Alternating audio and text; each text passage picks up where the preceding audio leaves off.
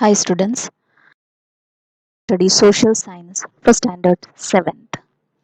Chapter number 9, Administration of the State.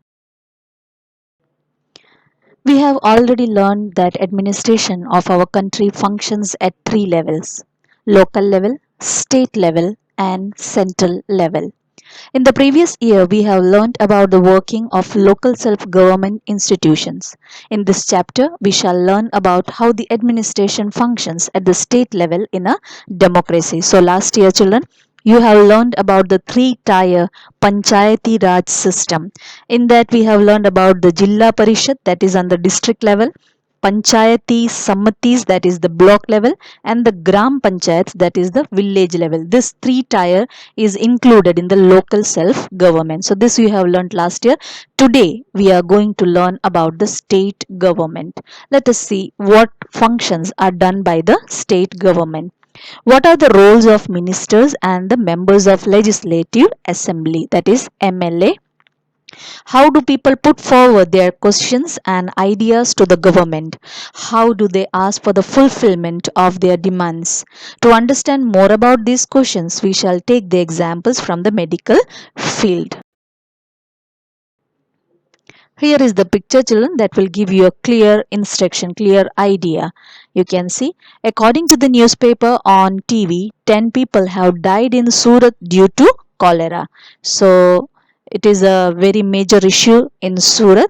Can people, the other person is asking, can people really die due to epidemic? So children, we have learned during this coronavirus, we have learned two words, that is epidemic and the pandemic which causes around the world, that is known as pandemic, and epidemic means which causes a serious disease which causes in a particular area or in a small area, a little area, that is known as epidemic.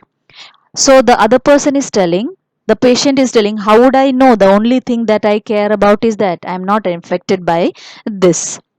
So I can hear a procession outside. So he is telling that people have gathered outside and they have made a procession or a rally outside the premises. So, what the leader wants to say is that we demand that the administration take immediate measures to control the epidemic.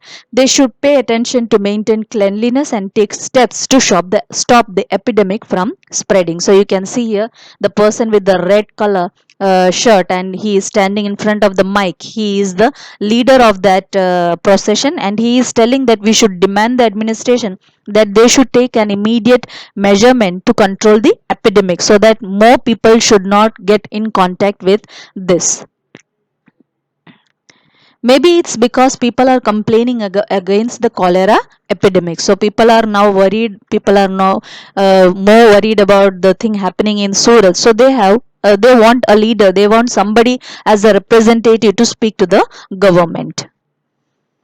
Yes, they are leaders. I have seen them on the TV. So these are the things they have discussed. You from this picture only you can make out that, children, if anything happens in our society or in our state or in our city, somebody has to take the leadership to talk to the people related to this matter. Then only the action will come into process. Think on the basis of the picture, why was the problem of cholera so serious in Surat? What steps should be taken by the local administration in such a case as mentioned above? What are your views? If such a situation arises in your locality, whom will you approach to present the case before the government? The answers are given down only, children. You can copy down it on a paper and stick it in the textbook.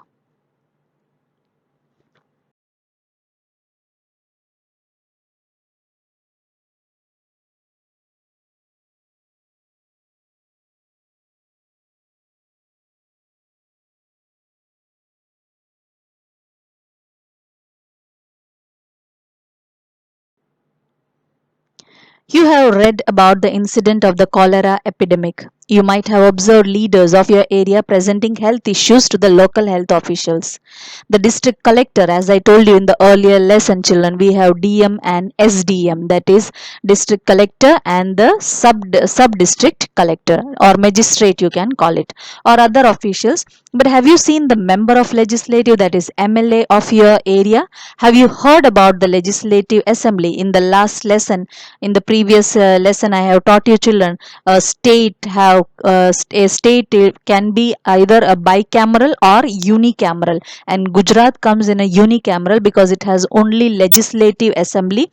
It is divided into two parts, legislative assembly and legislative council, and Gujarat is having only Vidhan Sabha. So Gujarat is a unicameral state. The legislative assembly members are known as MLA or member of the legislative assemblies. MLAs are directly elected by the people. So MLAs of our area is directly elected by us. We are the one who have the right to select or who have the right to choose the MLAs. After being elected from their constituency, see on the right hand side of your screen, I have given the meaning.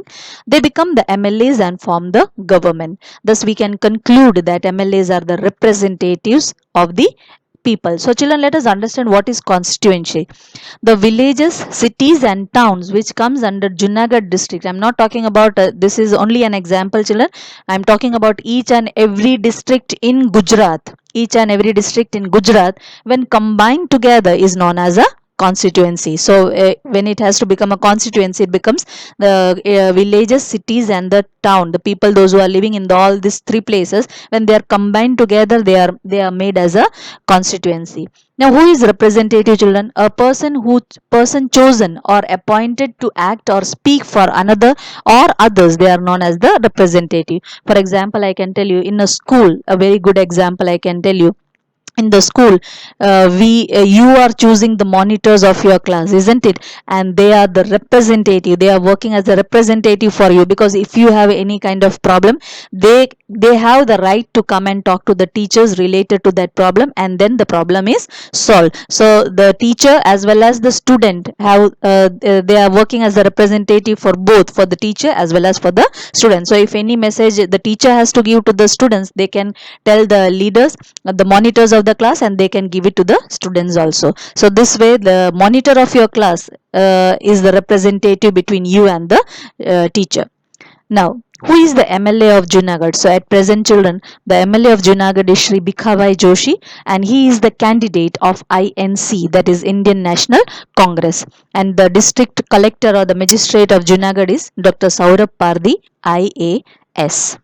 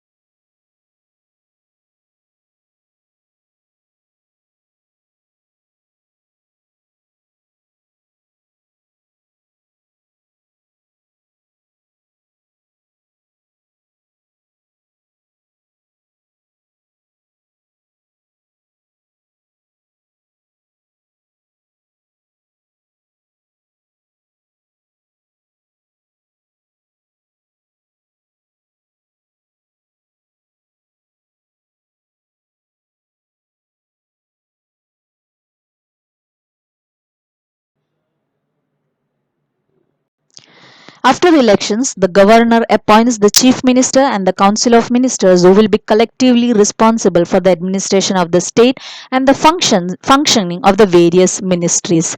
Each ministry is housed in different office premises. So as I told you earlier children, the governor appoints the chief minister and the council of ministers who will be collectively responsible for the administration work. Which are the administration work such as education department, revenue department, postal and communication department. These all are the small departments which are given to the council of ministers, and each and every minister will have a different offices in that premises. The legislative assembly is the place where all the MLAs belonging to both the ruling party and the opposition assemble for discussions. For example, if we have any kind of function, if we have any kind of program in the school, where we get assemble children, we assemble in the hall, isn't it? We gather everybody in that assembly hall, and there the function takes place. So same way, the legislative assembly, the Vidhan Sabha, is the place where all the MLAs of the ruling party as well as the opposition party come together for any kind of discussion. Many MLAs have dual responsibility. Dual responsibility means more than two responsibilities. It is not necessary the MLA should have one work only. He is only an MLA, but he will be given different responsibilities. For example, if I am teaching social science, I am not given only social science subject. I am given English also. I am given grammar also. I am given other subjects also. So I am not the person who is having only one subject. I am having more than one subject. So this is known as a dual responsibility as an MLA and as a minister. The other organ of the state government is the executive. What is the work of the executive? I told you in the earlier lesson, children, to execute the law, which compromises of the governor, the chief minister, and the council of ministers. So, who comes in this executive committee? The governor, the chief minister, and the council of ministers. The administrative officials who work under the guidance and the control of the ministers are also a part of the executive body. So, the people, those who are working in the administrative work, officials, they are also working under this executive committee. The council of ministers are called government executives, while the administrative officials are known as administrative executives. Let us learn about governor, children. Who is this governor? Each state of India has a governor. He or she is appointed by the president for 5 years after consulting the prime minister. So how do the governor is appointed in the state? Governor is appointed by the president for 5 years after consulting the prime minister. So after consulting the prime minister, the governor is appointed. Children, the governor, I have a slight little knowledge to give about the governor is that the governors of the state of India have similar powers and functions at the state level as those of the president of India. So same like president of India, he is having the power. The same power is given to the governor also. At union level, governor exists in the state while lieutenant governors or administrator exists in the union territories. So we are talking about the state. What about the union territories? We are having 7 union territories including Delhi, children. So this union territories are looked after, or it comes under the lieutenant governor or known as the administrator. The governor acts as the nominal head, whereas the real power lies with the chief ministers of the state and his or her council of ministers. So when we say that governor is the head of the state, but the actual power lies in the hands of the chief minister and the council of ministers. Although in union territories the real powers lies with the lieutenant governor or administrator, except in NCT of Delhi, Puducherry, and Jammu and Kashmir, where he or she shares powers with the Council of Ministers headed by a Chief Minister. So, this is the role of a Chief Minister. This is the way the governor is appointed to the state. The governor ensures that the state government functions according to the constitution. The functions of the governor are, so what are the works of the governor?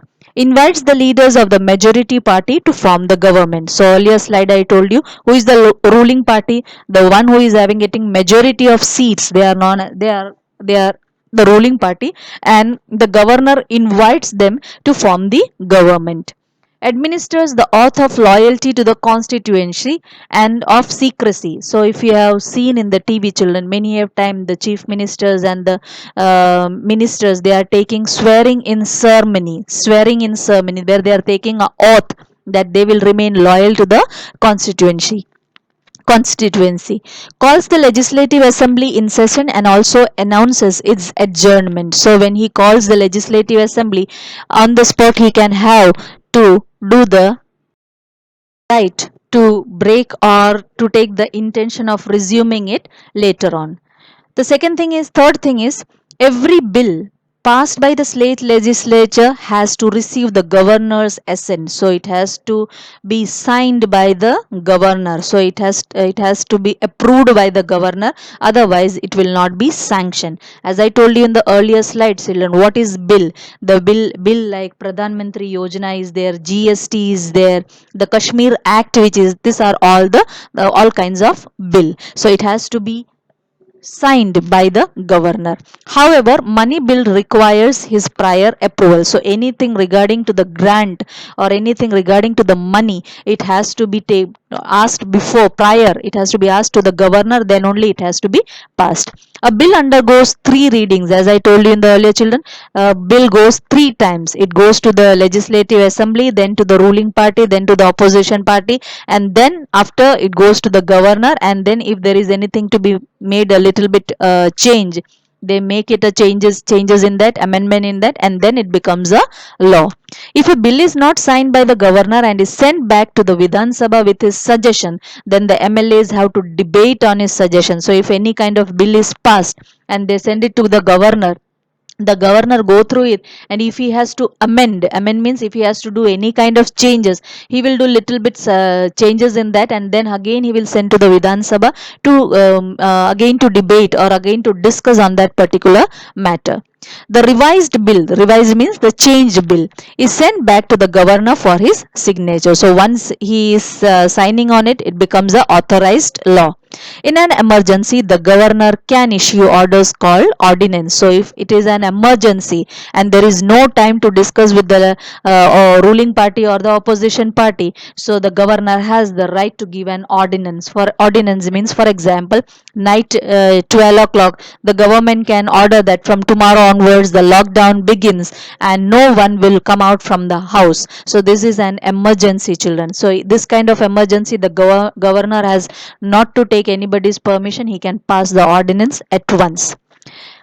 Appoints the judges of all the courts that works under the high court. He has the power to appoint the judges of all the high court judges. Number 9, informs to the president about the functioning of the state government. So how the state is working, which way it is working, which way its growth is going on, everything he has to inform to the president of the country. So these are the points, children, to remember about the government. Moving on towards the chief minister. Let us see what is the role of the chief minister. Chief minister is the head of the council of ministers, a very important position in the state government. He or she is also called the CM.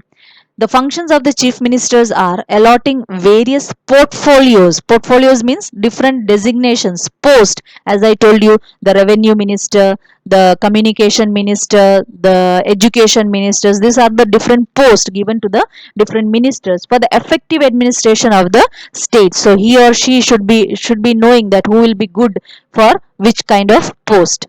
Second, calling the meetings of the council of ministers at regular intervals. So at regular intervals, he will call all the ministers to find out that what is happening in the state, how their work or how their administration work is carried forward.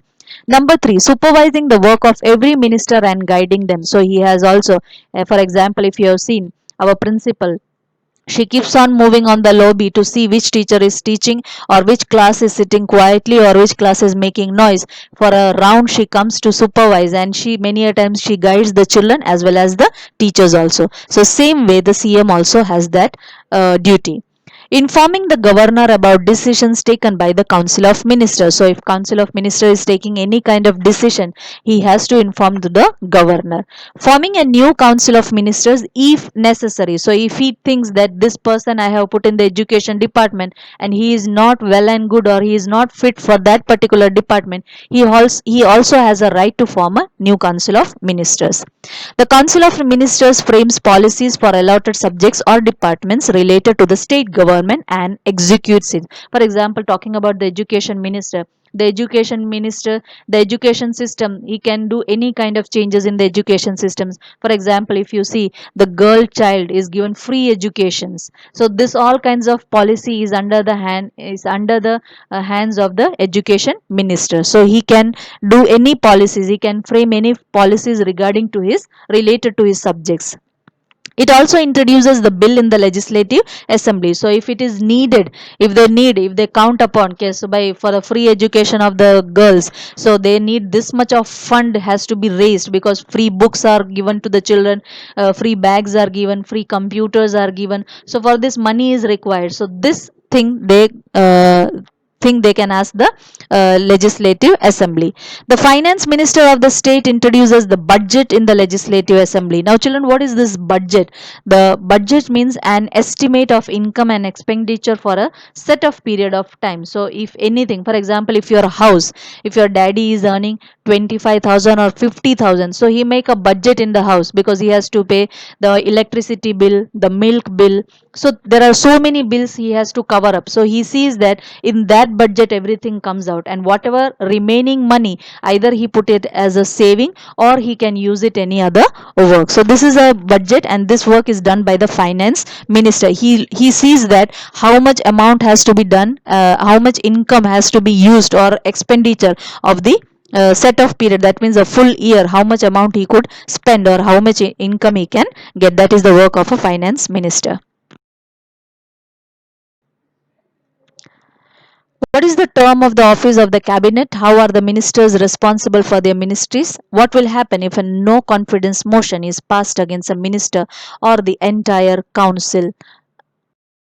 Information about the present council of ministers and their minister. Moving on towards children, what will happen if a no confidence motion is passed against a minister or the entire council? What is this no confidence motion, children?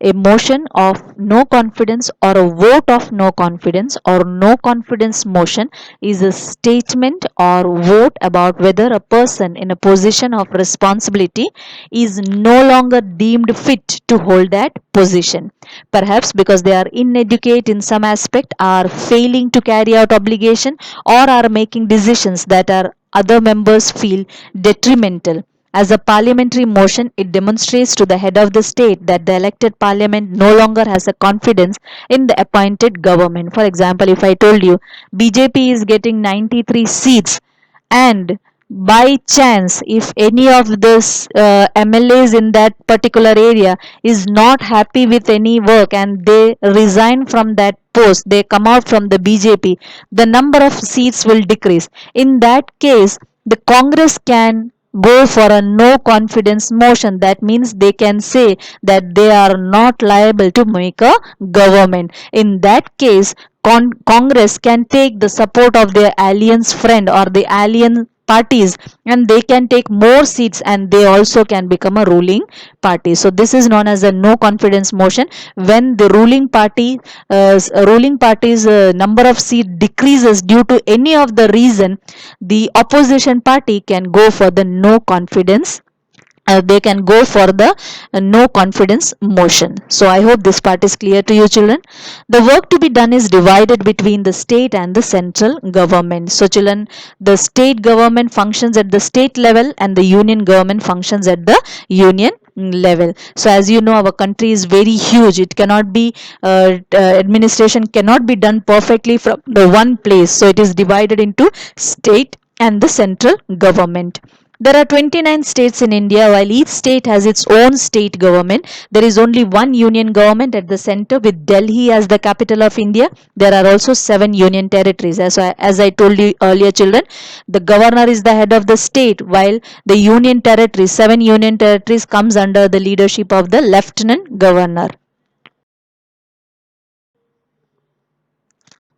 The difference between the state and the central government is the area in which they function. Therefore, the responsibility of the state government is limited to the particular state.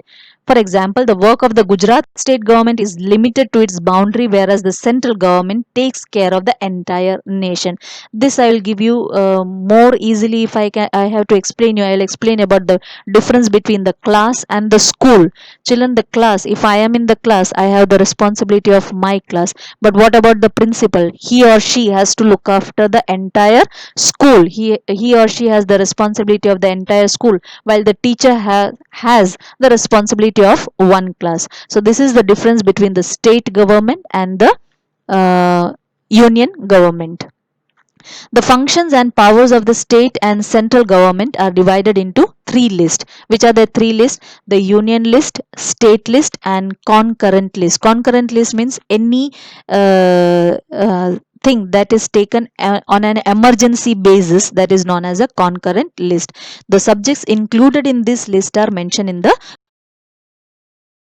which are the parts they can do. So this list is given in your textbook, children. Union list. These are the duties which they can. There is a list of 97 subjects which comes under the union list, and state list. These are the subjects, children.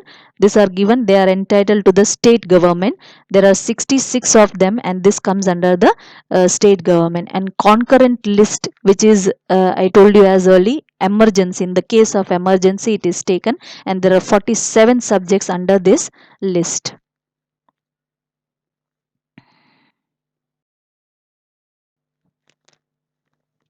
Legislative Assembly. Marina, Imran, and the other students of their schools were very excited about their trip to Gandhinagar, the capital of Gujarat, where they were going to see the Legislative Assembly. After the security check, they went upstairs. There were arrangements made for visitors from where they could see the grand hall downstairs. Sitting arrangements for the members of the Legislative Assembly was made in that meeting hall. So, if any time you get a chance to visit Gandhinagar, children, you make it sure that you can see once a while the Legislative Assembly. On that day, a current issue was to be discussed in the Legislative Assembly. So, as I told you earlier, children, they all gather in the Legislative Assembly for any kind of discussion, and both the parties, the ruling and the opposition party, they get together in the Legislative Assembly. The MLAs can express their views during a question answer session. So, if you have seen in the parliament, in the TV, most of the time they are showing that they are often, sometimes they fight also for their discussion. They can ask questions and give suggestions. The members give their feedback on the issues being discussed. Then the concerned ministers answer the questions and brief them about the measures being taken to solve the issues. This is the picture of the Legislative Assembly, children. We often come across on television or in newspaper the decisions that are taken by the chief ministers and other ministers in order to run the government. While taking a decision about anything, it is necessary to take the permission of the MLAs. In a democracy, the MLAs can question the chief minister and the other ministers and discuss about the important matters. That is why, children, the MLAs are directly elected by the people, because they are the representative of the people. So the MLAs have the right to ask to the chief minister as well as the other minister if any important matters are discussed. They can even take decisions regarding financial matters and decide on the expenditure to be done in the different areas. When the Legislative Assembly is in session, any of the MLAs can ask the question. You can see in the picture on the right hand side, you can see one of the MLA is standing, and the person who is sitting here is known as the speaker. The speaker manages the assembly, and one requires his or her permission before presenting anything. So before he has to, if he wants to ask, the MLA want to ask any question, he has to take the permission of the speaker. The person who is sitting in front of the mic, he is the speaker.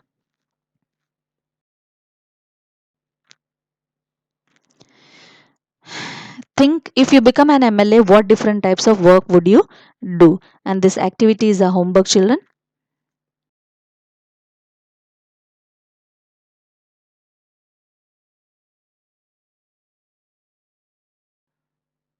This is exercise. Answer the following questions. These questions are given in the workbook, so the answers will be given in the next video. I hope you understood this chapter, children. We'll see you in the next video. Till then, goodbye.